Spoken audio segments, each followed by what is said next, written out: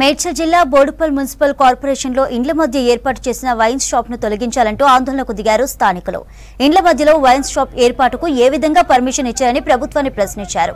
కొత్తగా ఏర్పాటు చేసిన శ్రీ సింధూర వైన్ షాప్ ను వెంటనే తొలగించాలని ఏఐఎస్ఎఫ్ విద్యార్థి సంఘం నాయకులు నిరసనకు దిగారు.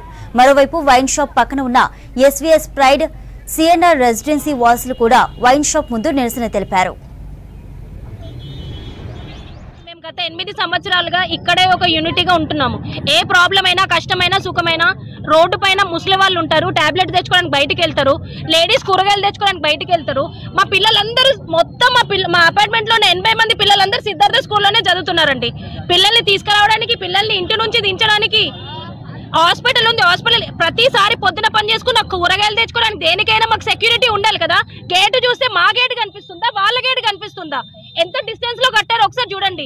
మీ ఇంట్లో కూడా ఆడవాళ్ళు ఉంటారు కదా, మీ ఇంట్లో కూడా అక్క చెల్లెలు అందరూ ఉంటారు కదా. మా ప్రాబ్లం మేము ఎవరి గురించి ఫైట్ చేయట్లేదు, మా గురించి మా పిల్లల గురించి మేము ఫైట్ చేస్తున్నాం.